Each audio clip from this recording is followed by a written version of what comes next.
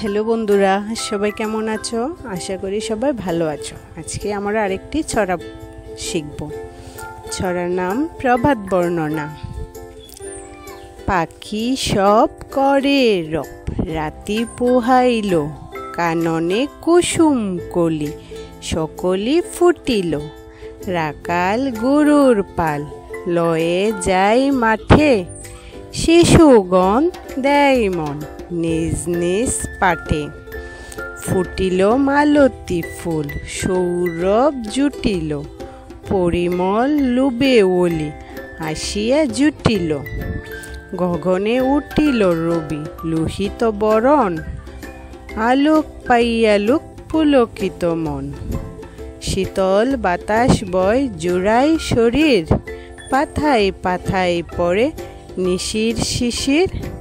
উঠো শিশু মুগ্ধ, পর নিজ বেশ, আপন পাঠে তেমন করহ নিবেশ। ধন্যবাদ সবাইকে।